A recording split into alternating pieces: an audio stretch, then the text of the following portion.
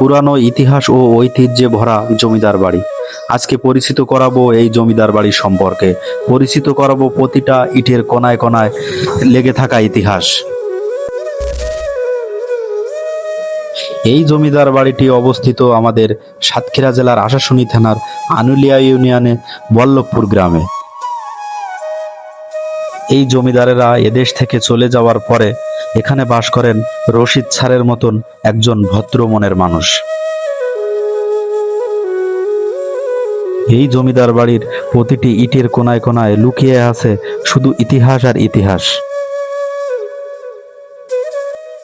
দেখো নোনার দেখো নোনা আছে কিনা একটু দেখেন, নোনা ধরেছে কিনা।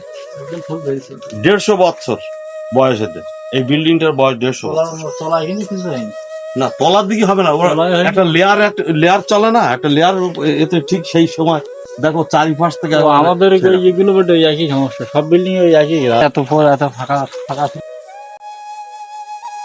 তারপরে আমরা চলে এসেছি জমিদার বাড়ির সেই পিছন সাইডটা, সেই জমিদারদের বড় বাগান। এই বাগানে কি গাছ নেই। আসলে জমিদার বাড়ির এই গাছগুলো যেন জমিদার বাড়ির সাক্ষী হয়ে বেঁচে আছে। কত সুন্দর এই পরিবেশ, না জানি তখন পরিবেশটা আরো কত সুন্দর ছিল।